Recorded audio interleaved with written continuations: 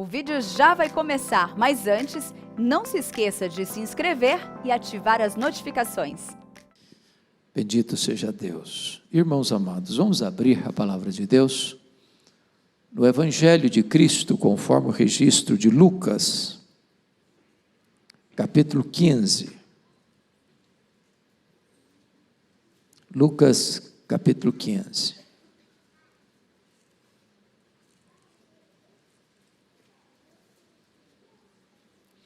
Nós faremos a leitura a partir do verso 25 até o verso 32.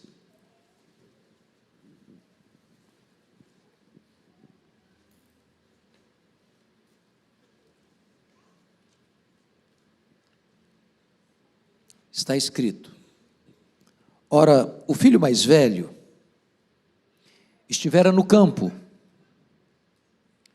e quando voltava, ao aproximar-se de casa, ouviu a música e as danças.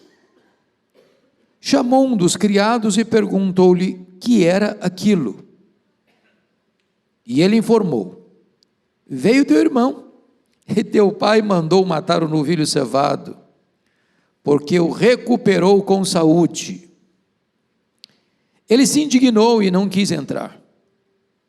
Saindo, porém, o pai procurava conciliá-lo, mas ele respondeu a seu pai: Há tantos anos que te sirvo sem jamais transgredir uma ordem tua, e nunca me deste um cabrito sequer para alegrar-me com os meus amigos. Vindo, porém, esse teu filho, e desperdiçou os teus bens com meretrizes, tu mandaste matar para ele o novilho cevado. Então lhe respondeu o pai: Meu filho, tu sempre estás comigo, tudo o que é meu é teu. Entretanto, era preciso que nos regozijássemos e nos alegrássemos, porque este teu irmão estava morto e reviveu, estava perdido e foi achado. Meus amados, eu gostaria de forma breve conversar com vocês sobre o seguinte tema: perdido na casa do Pai. Perdido na casa do Pai. Aqui em Lucas 15, Jesus contou 3 parábolas.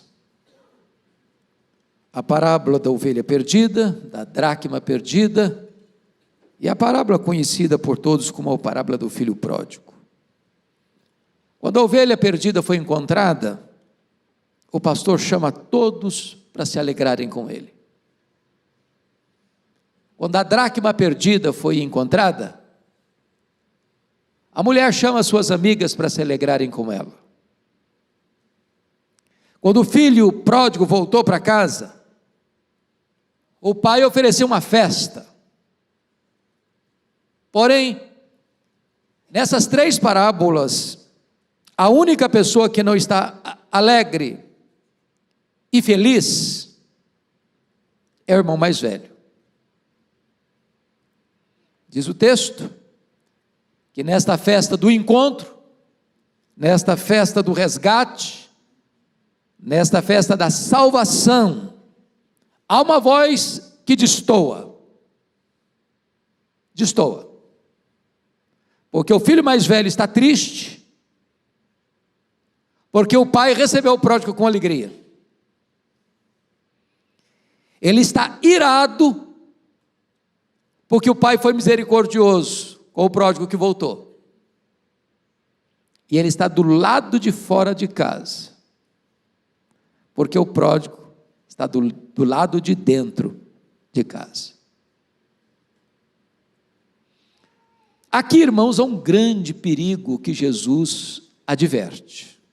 O contexto está bem claro no capítulo 15, versos 1 e 2. Aproximavam-se de Jesus todos os publicanos e pecadores para o ouvir. Está escrito no verso 2. E murmuravam os fariseus e os escribas, dizendo: Este recebe pecadores e come com eles. Então, nesta parábola, chamada a parábola do filho pródigo, Os escribas e fariseus representam este filho mais velho. Os publicanos e pecadores representam este pródigo, que viveu dissolutamente, mas que se arrependeu, que se voltou para o Pai, voltou para Deus, foi perdoado. Então, a grande pergunta hoje: onde entra a foto da nossa vida? Em que moldura? Em que moldura? Do pródigo que voltou?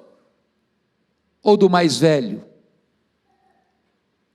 Que, embora vivendo na casa do Pai, encerra a história do lado de fora da casa do Pai. Então, eu gostaria que nós pudéssemos observar aqui alguns princípios. Primeiro, o filho mais velho vive dentro da casa do pai, mas desobedece os dois principais mandamentos da lei de Deus. E a pergunta é: quais são os dois principais mandamentos da lei de Deus? Amar a Deus e ao próximo. O pai, na parábola aqui, representa Deus. O irmão representa o próximo. Esse filho mais velho, que é uma espécie de retrato dos escribas, dos fariseus, daqueles que se acham melhores, mais justos, mais dignos, eles estão na casa do Pai, mas eles estão perdidos na casa do Pai, porque não amam. Ele não ama nem o pai, e ele não ama o irmão. Meus irmãos, há um risco muito grande das pessoas estarem na igreja, trabalharem na igreja, serem zelosas com as coisas da igreja. Há o risco de uma pessoa estar na igreja e nunca ter se envolvido com coisa errada, de mundanismo, se perverter moralmente, de se sujar nos pântanos da vida, de ser zeloso com a sua apresentação, mas tudo isso não passar de uma capa religiosa, de uma tradição religiosa, de um zelo religioso. Fazer tudo isso por tradicionalismo, sem amar a Deus, sem amar o próximo.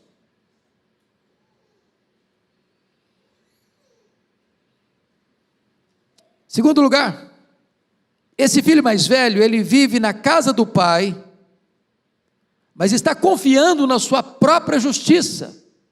Dê uma olhadinha comigo no versículo 29.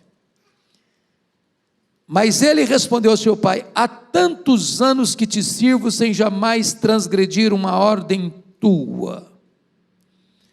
Notem vocês que ele tem aqui uma espécie de síndrome de santidade perfeita.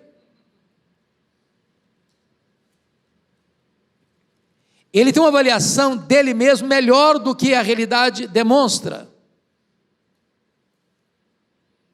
Pergunto a vocês: qual a pessoa mais justa, mais santa, mais piedosa, que honestamente poderia se levantar e dizer o seguinte: eu nunca transgredi uma ordem de Deus, eu nunca transgredi um mandamento de Deus? Só um maluco faria isso.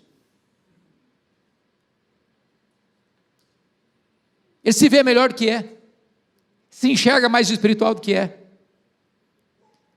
Ele está vestindo a indumentária da justiça própria. Ele é veloz em identificar os erros do seu irmão. Este desperdiçou os teus bens, vivendo como meretrizes, uma vida dissoluta, uma vida errada. Eu não. eu nunca botei meus pés num lugar errado, eu nunca frequentei um ambiente errado, eu nunca pus na minha boca coisa errada, eu nunca pus diante dos meus olhos coisa errada, eu sou maravilhosamente justo.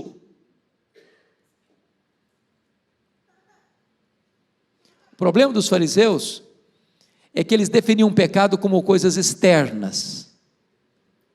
É o que eu olho, é o que eu toco, é o que eu ingiro. Mas o pecado é muito mais do que fazer coisas erradas. Tem gente que nunca foi num prostíbulo, mas tem um prostíbulo no coração. Tem gente que nunca foi num antro do pecado, mas o coração está lá. Tem gente que cresce e vive a vida toda na igreja, mas nunca amou a Deus, nunca amou o próximo. Tem gente que se contenta em apenas ser um religioso, mas está confiando nele mesmo. Talvez parecido com o profeta Jonas, que faz a obra de Deus, mas não faz por amor. Faz no ferrão, faz com medo. Mas a motivação não está boa. Mas em terceiro lugar, notem comigo, o filho mais velho, ele vive dentro da casa do pai, mas ele não é livre. Se você perceber, ele diz, há tantos anos que te sirvo, e a palavra aí é o verbo douléu, de um escravo. De certa forma, esse camarada vive uma vida de peso, de fardo, de obrigação, vive sufocado, gemendo como escravo. Ele não faz por prazer.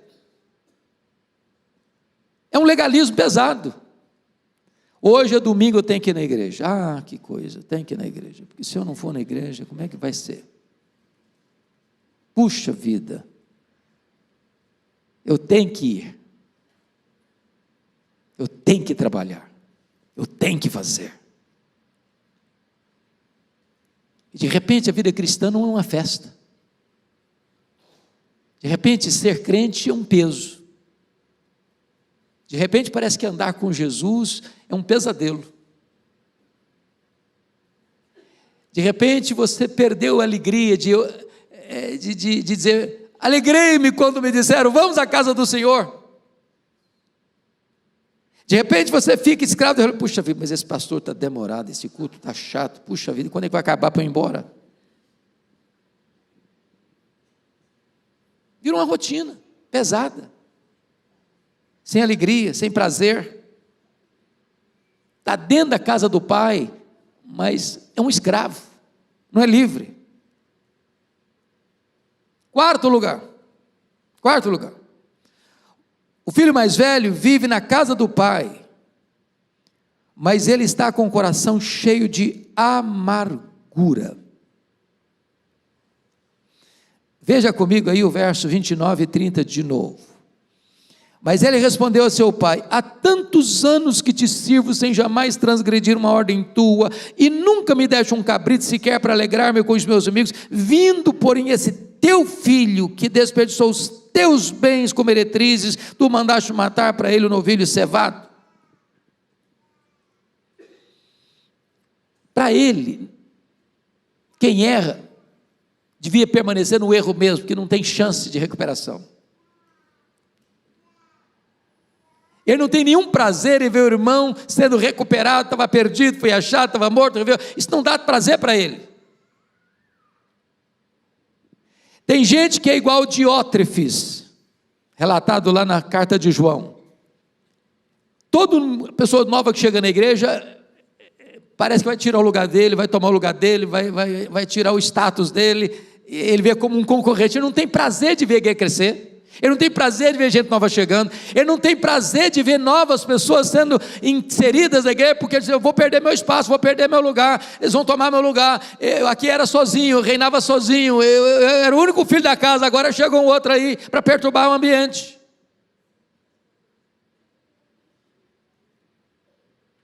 Na sua religião não existia oportunidade de restauração para as pessoas. Mas mais, ele se sente injustiçado pelo pai. Olha, a vida inteira eu te sirvo. Nunca me deste um cabrito para me alegar com os meus amigos. Agora, esse aí, teu filho, não fala meu irmão não, esse teu filho, não é meu irmão não.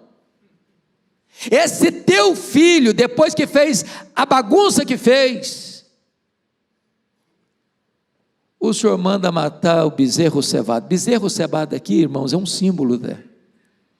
Porque o hábito naquela época é que se mantinha um bezerro criado da melhor forma, para uma ocasião muito especial, de celebração, de festa. Era aquele churrasco de carne maturada, que o cara paga alguns reais a mais a cada grama que ele compra, porque esse é o churrasco. E aí o pai resolve matar o bezerro cevado exatamente para celebrar a volta do menino que dispersou todos os bens. Ele se sente injustiçado. Para mim, nem um cabrito, para esse cara aí, o bezerro cevado.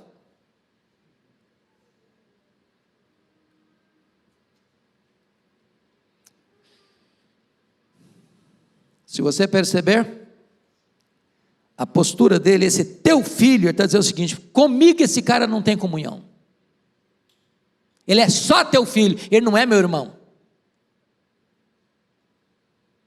Não há espaço na agenda dele para amar, não há espaço na agenda dele para perdoar, não há espaço na agenda dele para acolher, não há espaço na agenda dele para trazer de volta e dar uma segunda chance. É uma religião legalista, pesada, sem amor, sem graça, sem perdão.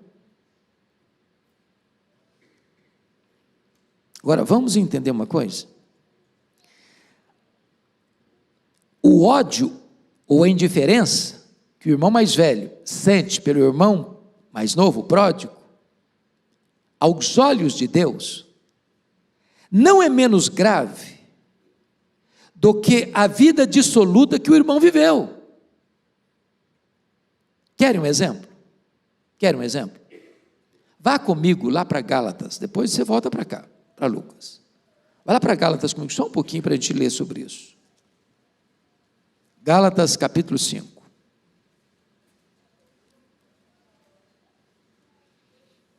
A partir do verso 19, está escrito: ora, as obras da carne são conhecidas e são, 2 pontos, prostituição, impureza, lascívia, 3 pecados relacionados à depravação moral. É o pecado que o irmão dele está sendo acusado por ele. Desperdiçou os teus bens com meretrizes. Seguindo a leitura: idolatria, feitiçarias, 2 pecados no que tange a questão de culto, de adoração, de vida religiosa. Agora vamos ver quantos pecados têm a ver com sentimento, com relacionamento. E ele diz aí: inimizades, porfias, ciúmes, iras, discórdias, dissensões, facções, invejas. Depois ele menciona 2 que têm a ver com bebida e comida, bebedice e glutonaria. Em outras palavras, há um peso maior aos olhos de Deus, de relacionamentos truncados, de falta de amor, falta de perdão, destempero emocional, descontrole nas relações, do que viver uma vida absoluta. O problema é que tem um carimbo: não, esse aqui é mundano, esse aqui está sujo, esse aqui não vale nada mesmo, esse aqui caiu vergonhosamente. Mas o cidadão lá, que é cheio de justiça própria, que está na casa de Deus, está na casa do Pai, está trabalhando e está servindo, mas ele odeia, ele não perdoa, ele chega é problema, e para todo mundo ninguém presta, só ele que é bom. Ele acha que está tudo bem com ele. Está perdido? na casa do pai.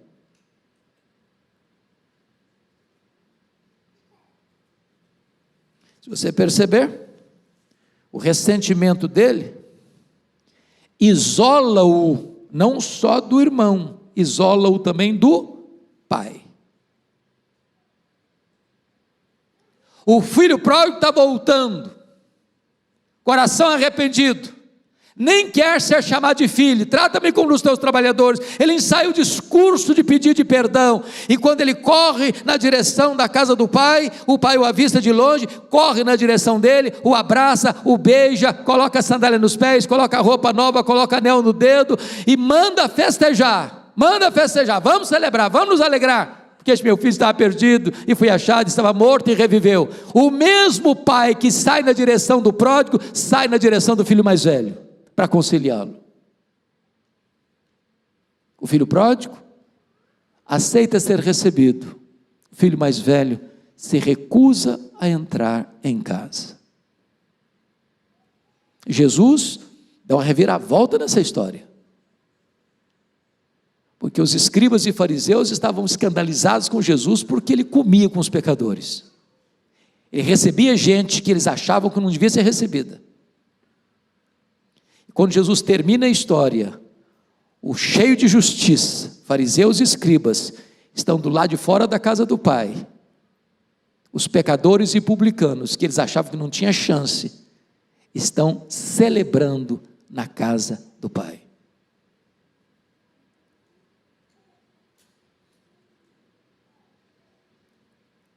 Se vocês perceberem comigo, voltando para Lucas 15, notem comigo o versículo 31. Então lhe respondeu o pai: meu filho, tu sempre estás comigo, tudo que é meu é teu, tu sempre estás comigo. Em outras palavras, o filho mais velho estava na casa do pai, mas vivendo solitariamente. Agora há pouco, eu e o pastor Arival estávamos conversando no gabinete sobre a questão de tratamentos acerca de Deus. Ele tem o mesmo problema que eu, e eu tenho o mesmo problema que ele. Eu fico muito constrangido quando eu canto uma música me referindo a Jesus ou a Deus como você. Constrangimento. Tem muita música hoje que trata Jesus como um namoradinho, parece que faz assim uma relação de intimidade. Quando eu vou para a Bíblia, eu não encontro isso. As pessoas que andaram mais perto de Deus se referiram a Deus de uma maneira muito reverente. Senhor, soberano.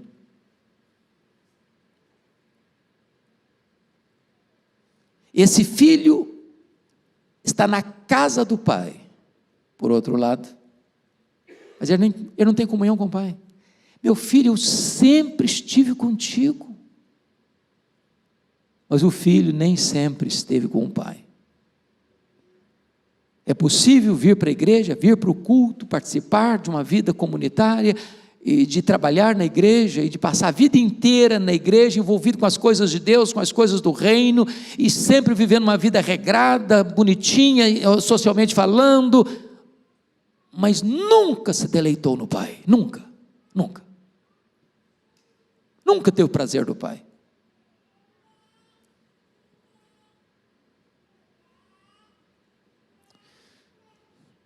Notem mais, 6º lugar,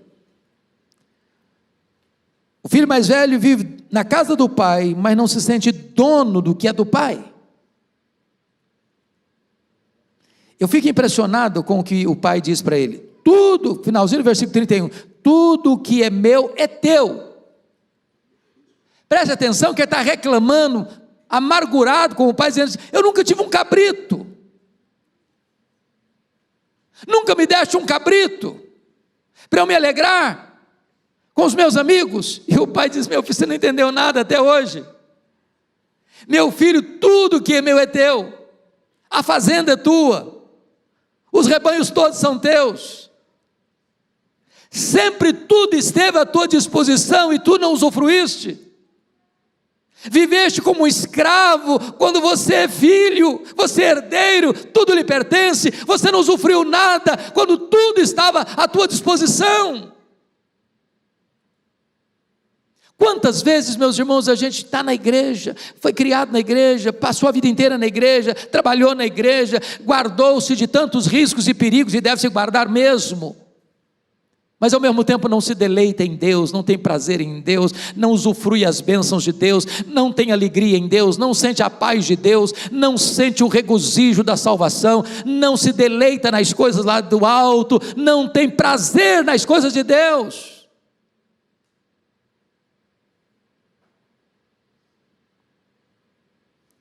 A Bíblia fala que Jesus trouxe para nós vida abundante. A Bíblia diz que Jesus tem água viva. A Bíblia diz que Jesus tem a suprema grandeza do seu poder. A Bíblia diz que nós temos a paz que excede todo entendimento. A Bíblia diz que nós temos uma alegria indizível e cheia de glória. A Bíblia diz que o próprio Deus é a delícia da nossa alma.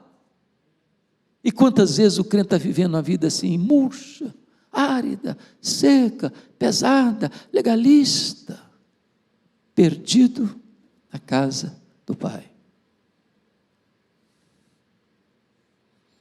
Crente que nunca celebrou, nunca festejou, nem um cabrito sequer.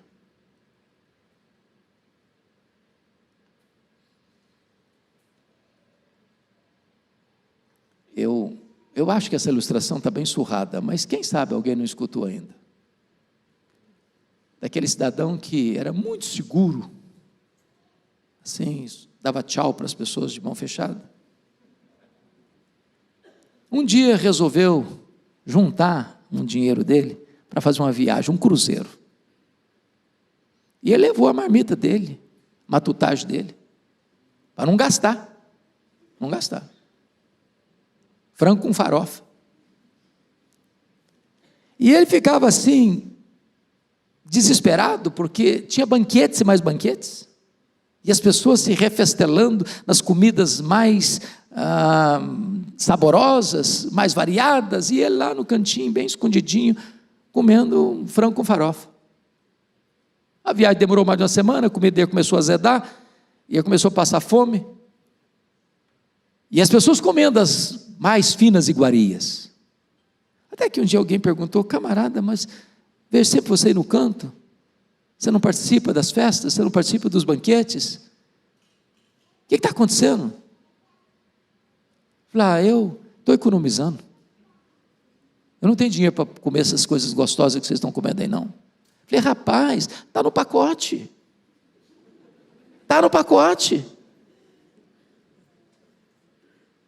all incluso, está tudo incluído, cara. Meus irmãos, tem gente que já fez parte do banquete da salvação, você já tem a vida eterna, você já é filho de Deus, você já é herdeiro de Deus, você já é dono de tudo, e está vivendo como escravo, passando fome, comendo farofa vencida, quando tudo é seu. Meu filho, tudo que eu tenho é seu. Você está reclamando de um cabrito, os cabritos todos da fazenda são tudo teus.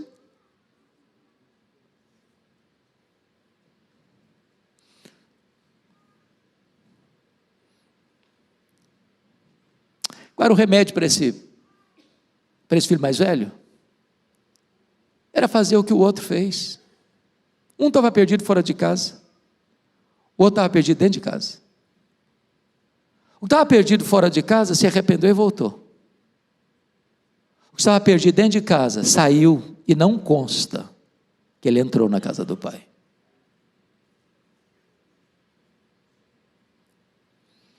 Jesus deixou esse suspenso para você e para mim. Jesus não terminou a parábola. Eu não sei se ele entrou, se ele não entrou, se ele ficou do lado de fora. Mas sabe por que Jesus não deixa isso, ou deixa isso em suspenso, ou deixa em aberto, e não diz se entrou ou se não entrou? Porque este filho mais velho está aqui hoje. Ele está presente aqui. Mas ele não está presente aqui entre nós. Esse filho mais velho mora debaixo da nossa pele.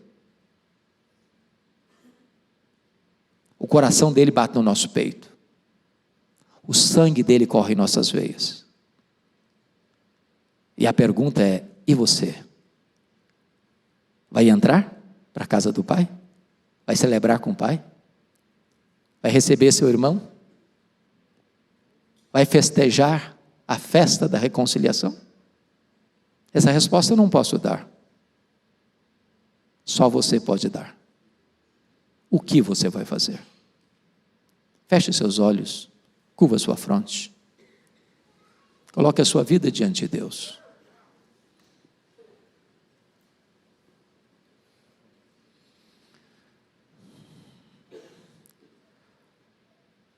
Ó Deus, cada um de nós aqui tem um pouco do pródigo, tem um pouco do filho mais velho. Às vezes nós até parecemos com os dois mesmo. Mas a tua palavra nos diz que tu conheces aqueles que são teus. A tua palavra nos diz que tu buscas a verdade no íntimo. A tua palavra diz que tu conheces, não apenas pela aparência, mas tu conheces o coração. Aqui está o teu povo reunido, milhares de pessoas estão conectadas agora, nos mais diversos lugares do Brasil e do mundo.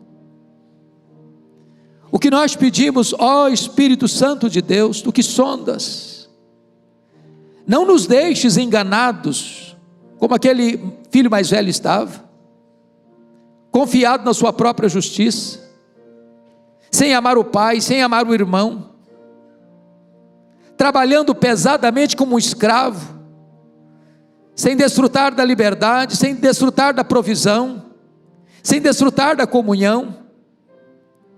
Por amor do teu nome, Senhor, corrige-nos nesta tarde, para que não corramos o mesmo risco daquele filho mais velho, de estar se resguardando dos males de fora, mas não estar se preservando dos males de dentro. Por amor do teu nome, Senhor, quebra a dureza do nosso coração, para que possamos amar como tu amas, para que possamos acolher as pessoas como tu acolhes, para que nós não coloquemos uma barreira para aqueles que estão chegando, machucados pela vida, mas perdoados pela graça. Ah, meu Deus, faz desta igreja uma igreja amorosa, acolhedora, que cada pessoa que entrar pelas portas desse santuário, sejam abraçados, sejam amados, sejam beijados, sejam recebidos, e a sua festa possa ser a nossa festa, no poderoso nome de Jesus. Dá-nos a graça de sermos parecidos com o nosso Pai, parecidos com o nosso amado Redentor Jesus, parecidos com o Espírito Santo, que nos acolhe, nos regenera e nos transforma. Muito obrigado por esta manhã, por esta tarde, Senhor, pela tua palavra. Nós oramos com gratidão, em nome de Jesus. Amém.